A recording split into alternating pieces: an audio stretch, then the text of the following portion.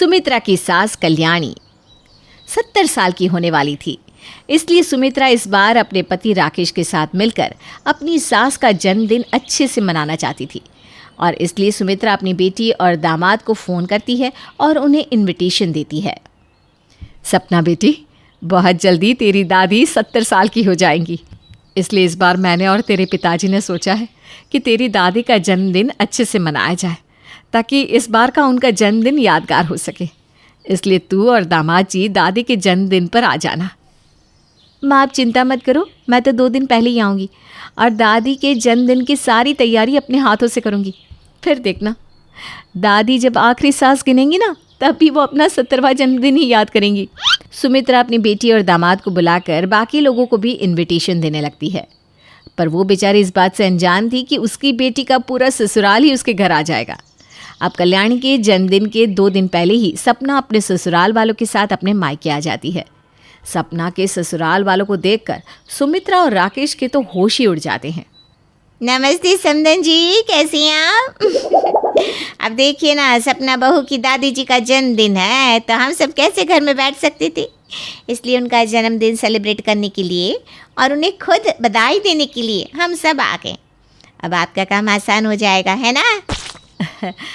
हाँ, आपने बिल्कुल सही कहा समदन जी, पर आप सब ने आने से पहले बताया नहीं। अगर आप लोग बता देते तो राकेश जी आप सबको लेने के लिए चले आते। मुझे लगा सपना अकेली आ रही है। समदन जी, आपकी बेटी दामाद तो अकेले ही आ रहे थे, पर जब हमें पता चला कि दादी जी का जन्मदिन है, तो हमने सोचा क्यों ना उनके 70वें जन्मदिन को यादगार बनाया जाए, इसलिए हम सब भी आ गए। सपना का पूरा ससुराल सुमित्रा के घर आकर बहुत खुश था, पर शायद सुमित्रा अपनी बेटी के ससुराल वालों को देखकर खुश नहीं थी, क्योंकि सपना का पूरा ससुराल अचानक से जो सुमित्रा के घर आ गया था। पर बेचारी सुमित्रा कर भी क्या सकती थी। अब घर में आए मेहमानों की वजह से सुमित्रा का छोटा घर भर जाता है, जिस वजह से सुमित्रा को काफ़ी परेशानियों को झेलना पड़ता है। माँ, मैं नहाने जा रही हूँ और आप कपड़े प्रेस कर रही हो ना, तो निखिल जी के कपड़े भी प्रेस कर दो ना, और मेरी सासू माँ को ना ये कपड़े दे दो, आज नहाकर वो यही कपड़े पहनेंगी। ठीक है सपना, मैं ये सब कर दूंगी, पर तू जल्दी नहा कर निकलना। हाँ, तेरे पापा को भी ऑफिस जाना है, उन्हें लेट हो रहा है, और उसके बाद खाना बनाने में मेरी थोड़ी मदद भी कर देना। हाँ माँ, सारा काम हो जाएगा, आप फिक्र मत करो। इतना बोलकर सपना बाथरूम में चली जाती है, जिस वजह से राकेश नहा नहीं पाता और ना ही सुमित्रा राकेश के लिए लंच बना पाती है। अब राकेश ऑफिस जाने के लिए लेट हो जाता है, जिस वजह से वो ऑफिस की छुट्टी कर लेता है। वहीं दूसरी ओर बाथरूम के बाहर नहाने के लिए लंबी लाइन लग जाती है, और जब सीमा की बारी आती है तो पता चलता है कि टंकी का पानी ही खत्म हो गया है। अरे समदन जी, टंकी का पानी खत्म हो गया है, कुछ करो। सीमा की आवाज़ सुनकर जल्दी से राकेश पानी का जुगाड़ करता है। वहीं दूसरी ओर सपना और सुमित्रा अकेले घर का काम करती हैं, पर फिर भी घर के काम खत्म नहीं हो पाते, और घर आए मेहमानों को भी खाना दोपहर के 3 बजे के बाद मिलता है। मैंने सोचा था सारा काम आसानी से हो जाएगा, पर यहाँ तो 3 बज गए और सुबह से मैं अपने मेहमानों को खाना भी नहीं दे पाई। तेरे ससुराल वाले क्या सोचेंगे? माँ, आप इतनी टेंशन क्यों लेती हो? काम वाले घर में थोड़ी देर तो होती ही है ना। जहाँ सपना इन सभी बातों से निश्चिंत थी, तो वहीं सुमित्रा इन सभी बातों से परेशान, क्योंकि घर में मेहमानों के आने की वजह से घर के काम बढ़ गए थे और पूरा घर भी फैला था। छोटे से घर में ज़्यादा लोग होने की वजह से घर का काम ख़त्म ही नहीं हो रहा था। यहाँ तक कि रात में भी पूरा परिवार 12 बजे खाना खाता है। कितना अच्छा लग रहा है ना, पूरा परिवार साथ में खाना खा रहा है। पर समदन जी, हमें माफ़ करना, आपका परिवार तो 8 बजे ही खाना खा लेता है और हम आपको 12 बजे खाने के लिए दे रहे हैं। पर आप फिक्र मत कीजिए, खाना खाकर आप सब आराम से सो जाना। ये वाले कमरे में सारी लेडीज़ और छोटे वाले कमरे में सारे बच्चे एडजस्ट हो जाएंगे, और जेंट्स अगर एक रात ऊपर सो जाते तो दरअसल हमारे पास जो एक और कमरा है वो पूरा कमरा सामान से भर चुका है। अरे समधी जी, आप हर समय माफ़ी क्यों मांगते हैं? ये घर भी तो हमारा अपना है, हम तो कहीं पर भी फैल जाएंगे। और कल तो वैसे भी माँ जी का जन्मदिन है, कल तो घर में और काम भी रहेगा। अगर हमारे लायक कुछ भी काम हो तो बेझिझक बताना। सीमा की बातें सुनकर राकेश की परेशानियां तो कुछ कम होती है, पर आखिर सुमित्रा और राकेश भला अपनी बेटी के ससुराल वाले से कोई काम कैसे करवा सकते थे। इसलिए वो उनसे कोई काम नहीं करवाते और खुद ही सारा बंदोबस्त करते हैं। सोचा था जन्मदिन वाले दिन बेटी के ससुराल वाले आएंगे तो उन्हें कोई कमी नहीं होगी, पर यहाँ तो बेटी के साथ ही पूरा ससुराल उठ कर आ गया। अब घर आए मेहमानों से काम भी नहीं करवा सकते और घर में इतना काम है कि हम खुद कुछ कर भी नहीं सकते। इसलिए मैंने कुछ आदमी रख लिए हैं, अब वही घर की सजावट करेंगे। और याद से केक का ऑर्डर दे देना, वरना पता चला जन्मदिन में केक ही नहीं है।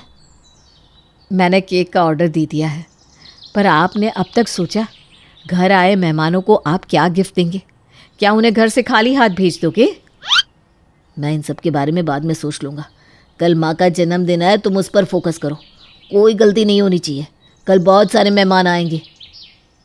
अरे बेटा, क्या ज़रूरत थी मुझ बुढ़िया का जन्मदिन इतने धूमधाम से मनाने की। ऐसे ही मैं बीमार रहती हूँ, कहीं ऐसा ना हो कि मोमबत्ती बुझते बुझते मेरी सांसें ही बंद हो जाए। अरे माँ जी, आप ऐसा क्यों कहती हैं? आप जानती हैं ना, सपना का बचपन से सपना था कि वो आपका 70वां जन्मदिन मनाएगी। अगर हम नहीं मानते ना तो आपकी पोती सेलिब्रेट करती, और वो तो रिश्तेदारों के साथ दोस्त यार और मोहल्ले वालों को भी बुला लेती। पर बहू, घर में इतने सारे मेहमान हैं, कोई काम सही से नहीं हो रहा। कहीं ऐसा ना हो कि हमारी वजह से ससुराल जाकर मेरी पोती को सुनना पड़े कि हमने उन्हें समय पर खाना नहीं दिया, सही से उनका ख्याल नहीं रखा। अपनी सास की बातें सुनकर सुमित्रा की परेशानी और बढ़ जाती है, पर उससे भी बड़ी समस्या उसके सामने इस समय ये थी कि रात को कल्याणी का जन्मदिन था और घर में पहले से ही मेहमान थे। खैर, जैसे तैसे पूरा दिन बीत जाता है और रात को बहुत अच्छे से कल्याणी का जन्मदिन मनाया जाता है। कल्याणी अपना 70वां जन्मदिन का केक काटती है और बर्थडे सेलिब्रेशन खत्म होता है। अब अगले ही दिन सपना अपने ससुराल वालों के साथ अपने ससुराल के लिए निकलने लगती है, पर उससे पहले राकेश और सुमित्रा अपनी बेटी के ससुराल वालों के सामने हाथ जोड़कर उनसे माफ़ी मांगते हैं। हमें माफ़ कर दीजिएगा अगर हमसे कोई गलती हुई हो तो। हमने पूरी कोशिश की कि आपको कोई प्रॉब्लम ना हो। हाँ समधन जी, हमसे जो भी गलतियाँ हुई है उसके लिए हमें माफ़ कर दीजिए, और ये हमारी तरफ से कुछ तोहफे हैं, इन्हें स्वीकार कर लीजिए।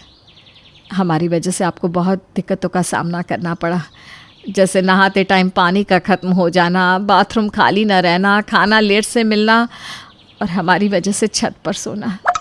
अरे समधन जी, ये आप दोनों क्या कर रहे हैं? माफ़ी मांगकर हमें छोटा तो मत कीजिए। इनफैक्ट हमें तो यहाँ आकर बहुत मज़ा आया। हमने तो यहाँ आकर हर एक मोमेंट को खुलकर जिया है। ये दिन सिर्फ माँ जी के लिए ही यादगार नहीं है, बल्कि हमारे लिए भी है। और माफ़ी आपको नहीं, हमें मांगनी चाहिए। बिना सोचे समझे हम सभी अपना सामान उठाकर जो आपके घर में आ गए, वो भी बिना बताए। इसलिए हमारी वजह से आपको जो परेशानी हुई, आप हमें उसके लिए माफ़ कीजिए। सीमा की बातें सुनकर सुमित्रा और राकेश के मन से सारा बोझ खत्म हो जाता है और वो अपने घर आए मेहमानों को अच्छे से विदा करते हैं। विद्या बहन अपने परिवार के साथ गांव की एक पुरानी हवेली में शिफ्ट होती है। अरे, इस मकान की लाइट जल रही है। लगता है कोई चुड़ैल के जाल में फंस गया। वहीं घर के अंदर, अरे बहू, मैंने आलू की सब्जी बना ली है, आटा भी लगा दिया है। गर्मा गर्म पूड़ी बना ले तो पूरा परिवार साथ बैठकर खाए। माँ जी, आप लोग खाइए, मैं बाद में खा लूँगी सबको खिलाकर। अरे नहीं नहीं बिटिया, साथ ही खाना खाएंगे। खाना खाकर रात हो जाती है और विद्या बहन की बहू सास के पैर दबाने उनके कमरे में जाती है कि कोई साया उसके पीछे से पहले ही सास के कमरे में चला जाता है। अरे माँ जी, कितनी तेज हवा चली बंद कमरे में। अरे नहीं नहीं बहू, तेरा वहम होगा। बेचारी सास बहू तो ये जानती ही नहीं थी कि उनके साथ कमरे में खड़ी है उस हवेली की मालकिन, जो कभी वहां बहू बनकर आई थी, लेकिन अब बन गई है चुड़ैल, जिसे नफरत है सास से। अरे मासूम बहू, ये औरत अभी प्यार से पेश आ रही है, लेकिन जल्दी ये तुझे अपना असली रंग भी दिखाएगी। चल बेटा, जल्दी से पैर दबा दे। बुढ़िया पैर दबाएगी। रुक, मैं तुझे सबक सिखाती हूँ।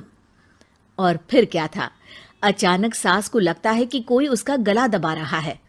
अरे बहू, ये क्या? अरे कोई मेरा गला दबा रहा है। बहू रोने लगती है। सासू माँ, क्या हो गया आपको? माँ जी, कोई है क्या?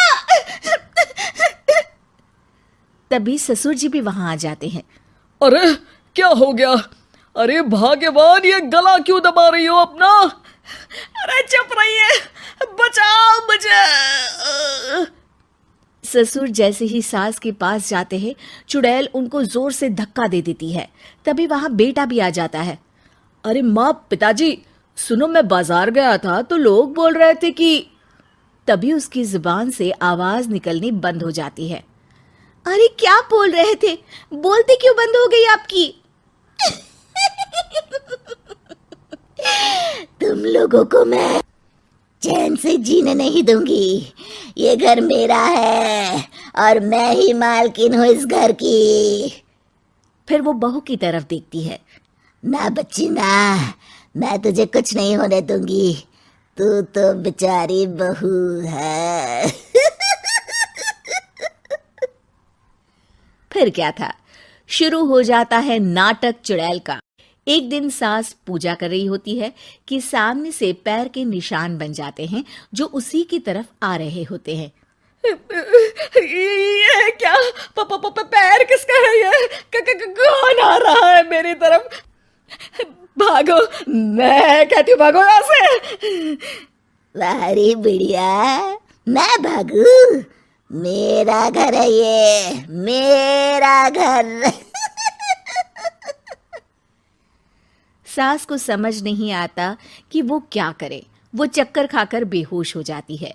तभी वहां बहू आ जाती है और वो सास को देखकर परेशान हो जाती है। सासू माँ, ये क्या हो गया आपको? सासू माँ। बहू रो रही होती है कि सामने चुड़ैल आ जाती है। उसे देखते ही बहू भी बेहोश हो जाती है। जब ससुर कमरे में आते हैं तो दोनों को बेहोश देखकर हैरान रह जाते हैं। दोनों पर पानी डालते हैं। पता है क्या हुआ? हाँ माँ, मैं जानती हूँ क्या हुआ। बहू बता देती है कि उसने घर में चुड़ैल को देखा। उसका बेटा भी वहां आ जाता है। हाँ माँ, पिताजी मैं भी यही बता रहा था कि बाजार में सभी बता रहे थे कि इस घर में चुड़ैल का साया है। अब क्या था, सारे घर वाले डर जाते हैं। वो लोग घर से भागने ही वाले होते हैं कि मेन दरवाजा बंद हो जाता है और सामने खड़ी होती है चुड़ैल।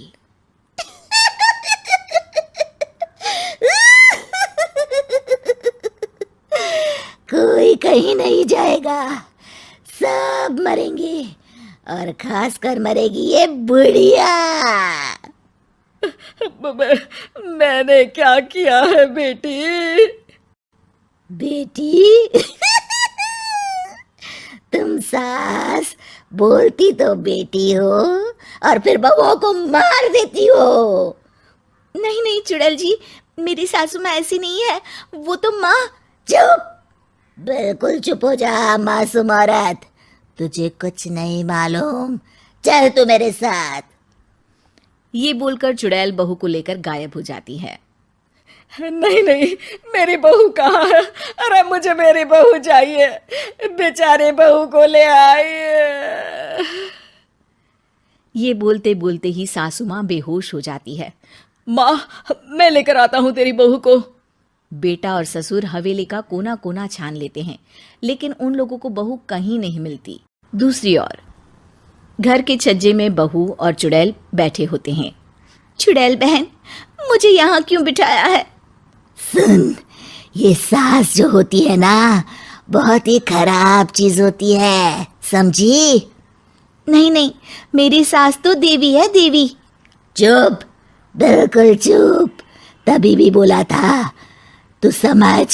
तुझे पता है मैं चुड़ैल कैसे बनी? हाँ, मरकर। हाँ, लेकिन वो मेरी प्राकृतिक मौत नहीं थी। मेरी सास ने मुझे धक्का दिया था। मैं तो इस घर में सपने लेकर आई थी, एक अच्छी बहू बनकर सबकी सेवा करूंगी। लेकिन उस औरत ने सब कुछ खत्म कर दिया, सब कुछ। देखो, ये तो बहुत गलत हुआ तुम्हारे साथ। और फिर मैं चुड़ैल बनकर इसी घर में रह गई।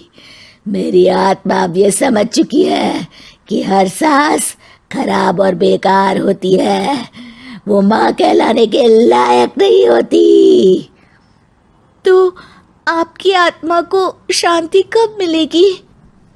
कभी नहीं, क्योंकि जब तक मेरी आत्मा ये नहीं समझ जाए कि सास भी माँ बन सकती है, ये ऐसे ही भटकती रहेगी और ऐसा कभी नहीं होगा। नहीं नहीं, मेरी सास तो बिल्कुल मेरी माँ है। मैं तो ये भी कहती हूँ कि वो माँ से बढ़कर है। अच्छा चलो, अगर मैं तुम्हें ये यकीन दिला दूँ तो?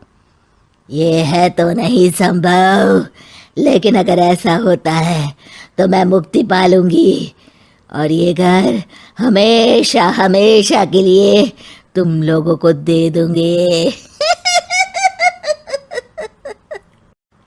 अच्छा देखो, तुम्हें लगता है कि सास अच्छी नहीं होती, लेकिन अब जब तुमने मुझे गायब कर दिया है तो मेरी सास को तो खुश हो जाना चाहिए ना? हाँ, और क्या, वो तो ऐश कर रही होगी, ऐश। नहीं, ऐसा नहीं है। चलो मेरे साथ और खुद देख लो। चुड़ैल और बहू सास के कमरे में जाते हैं, जहाँ सास की हालत खराब होती है और ससुर और पति उन्हें हौसला दे रहे होते हैं। अरे भाग्यवान, चुड़ैलें अच्छी भी तो होती है।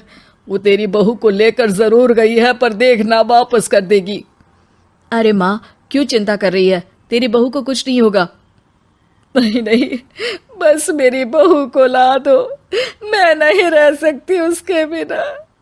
अरे उसके बिना तो मेरा जीना ही बेकार है। अच्छा होता वो चुड़ैल मुझे ले जाती। वापस सास बेहोश हो जाती है। पिताजी, माँ बेहोश हो गई है, इन्हें डॉक्टर के पास लेकर चलते हैं। बेटा, उस चुड़ैल ने तो घर का मेन गेट ही बंद कर दिया है। तभी बहू चुड़ैल से कहती है, अच्छा ठीक है, तुम मुझे मार दो, बस एक बार मुझे मेरी सास के पास जाने दो। चुड़ैल बहू को छोड़ देती है, जिसके बाद वो अपनी सास को गले लगाती है और सास ठीक हो जाती है। बहू, अब मत जाना मुझे छोड़कर। माँ जी, आप ठीक हो गई, मेरे लिए यही बहुत है, लेकिन मुझे जाना होगा। नहीं नहीं, क्यों जाना होगा? अरे कहाँ जाना होगा? उस चुड़ैल को मैं वादा करके आई हूँ कि बदले में वो मुझे मार दे, लेकिन एक बार। अरे बुलाओ उस चुड़ैल को। चुड़ैल समझ जाती है कि सास को अच्छा लगा कि बहू को वो मारने वाली है। ये देखकर वो सास के सामने प्रकट हो जाती है। देखिए चुड़ैल बहन, आपको तो जान ही लेनी है ना, ले लीजिए, लेकिन मेरी बहू की नहीं, मेरी। चुड़ैल ये सुनकर हैरान हो जाती है। अरे अभी तो उस बेचारी ने दुनिया देखी भी नहीं है, वो जानती ही नहीं है कि सुख दुख क्या होते हैं। छोटी सी थी तो माँ गुजर गई, अब मैं ही उसकी माँ हूँ। आप ही बताइए, कोई माँ के सामने बेटी मर जाए तो क्या वो बर्दाश्त कर पाएगी? मैं किसी को नहीं मारूंगी, क्योंकि मैं समझ चुकी हूँ, हर सास बुरी नहीं होती है, वो माँ भी बन सकती है।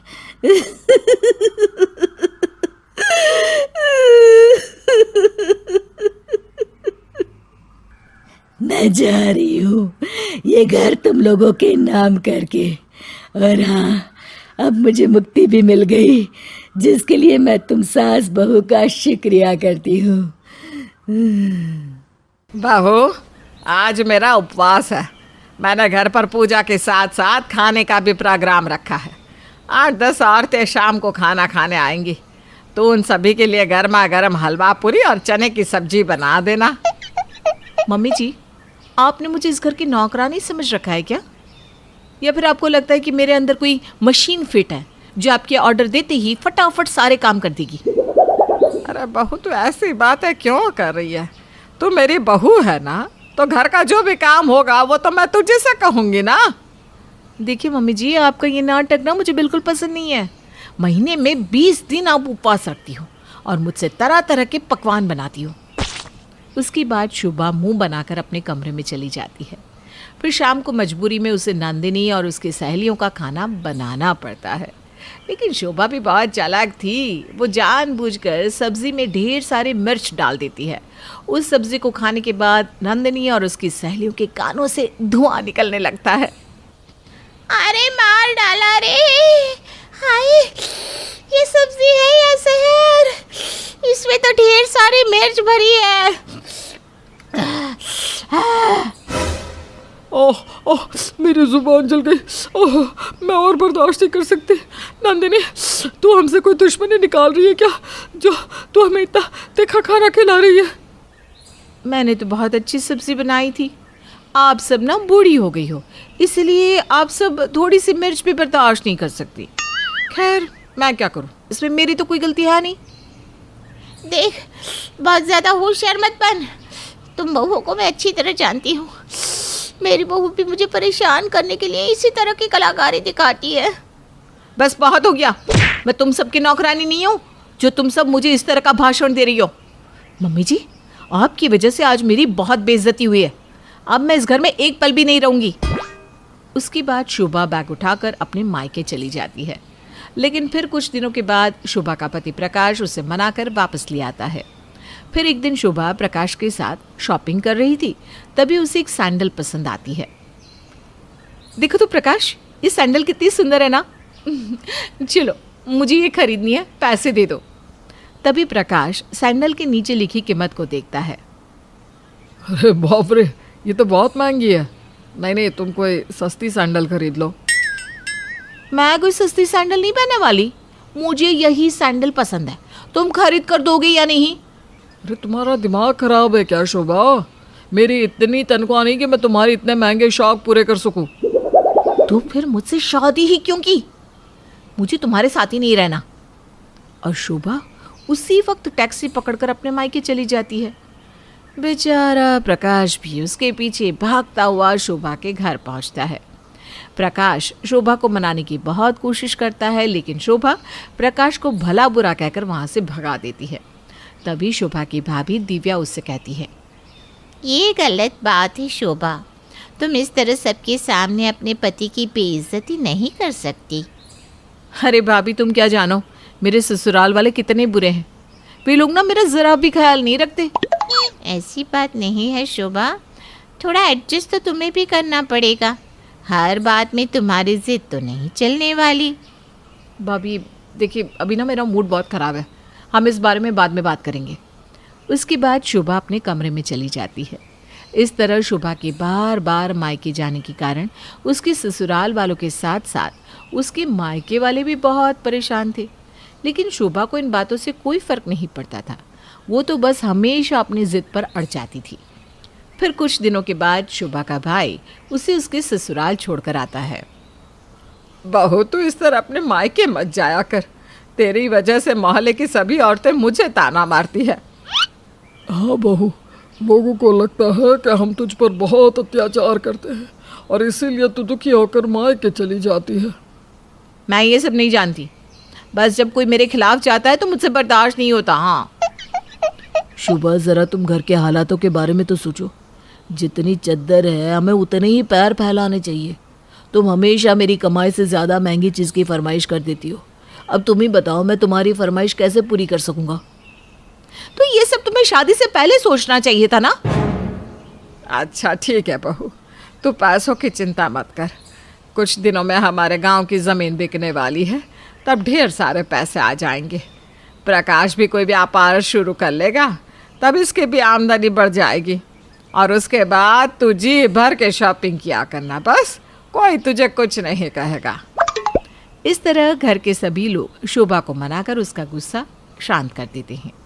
बेचारी नंदिनी शोभा को खुश रखने के लिए घर के सारे काम खुद करने लगती है और ये देखकर शोभा की खुशी का ठिकाना नहीं रहता। शोभा अपना ज़्यादातर समय मोहल्ले की दूसरी औरतों के साथ गपशप करने में बिताने लगती है। फिर एक दिन, मम्मी जी आप पागल हो गए हो क्या? आज आपने सब्जी में नमक की जगह शक्कर डाल दी है। ओहो, क्या सोचकर खाना खाने बैठी थी, लेकिन आपने तो पूरे खाने का सत्यानाश कर दिया। माफ़ कर दे बहू, बुढ़ापे की वजह से मेरी याददाश्त और नज़र दोनों कमज़ोर हो गई है, इसीलिए मुझसे यह गलती हो गई। लेकिन तू फिक्र मत कर, मैं दोबारा तेरे लिए खाना बना देती हूँ। अरे आप फिर से खाना बनाने में 2 घंटे बर्बाद करोगी, तब तक मैं भूखी बैठी रहूं क्या? नंदिनी, माँ से इस तरह बात करना ठीक नहीं है। बेचारी तुम्हें खुश रखने के लिए घर के सारे काम करती है और तुम हो कि माँ पर हुक्म चला रही हो। चलो माँ से माफ़ी मांगो। क्या कहा? माफ़ी? अरे मैं तो क्या मेरी जूती भी माफ़ी नहीं मांगने वाली। और तुमने मुझसे ऊंची आवाज़ में बात करने की हिम्मत कैसे की? हाँ, चलो हटो, मैं इसी वक्त अपने मायके जा रही हूँ। उसके बाद शोभा फिर से अपना बैग उठाकर मायके चली जाती है। माँ, मेरे ससुराल वाले बिल्कुल अच्छे नहीं है, वो लोग मेरा ज़रा भी ध्यान नहीं रखते। अब जिंदगी में मैं कभी ससुराल नहीं जाऊंगी। लेकिन शोभा की माँ कोई जवाब नहीं देती। उसके बाद शोभा खाना खाने रसोई घर में चली जाती है, लेकिन वहाँ खाने की कोई चीज़ मौजूद नहीं थी। माँ ये क्या, आज घर में खाना नहीं बनाया क्या? अब क्या बताऊं बेटा, सुबह ही बहू नाराज होकर अपने मायके चली गई है। तो जानती है मुझे आंखों से ठीक से दिखाई नहीं देता, तो मैं और तेरे पिताजी कब से भूखे बैठे हैं। लेकिन तू फिक्र मत कर, मैं तेरे लिए खाना बना देती हूँ। उसके बाद शोभा की माँ रसोई घर में जाकर खाना बनाने लगती है। थोड़ी देर के बाद जब खाना बन जाता है तो शोभा खाना खाने लगती है, लेकिन खाने में नमक की जगह शक्कर डली हुई थी। शोभा अपनी माँ को घर के काम करते हुए देख रही थी और उसे अपनी माँ पर बड़ा तरस आता है, इसलिए वो अपनी माँ से कुछ नहीं कहती। तभी शोभा को अपनी सास याद आती है। जिस तरह बुढ़ापे में मेरी माँ को बहू के गैरहाजिरी में सारे काम करने पड़ रहे हैं, उसी तरह मेरी सास को भी इसी तरह घर के सारे काम करने पड़ते होंगे। सच में मैं बहुत बुरी हूँ जो अपनी सास को इतनी तकलीफ देती हूँ। इस तरह एक छोटी सी घटना शोभा के मन को पूरी तरह बदल देती है और उसे उसकी गलती का एहसास हो जाता है।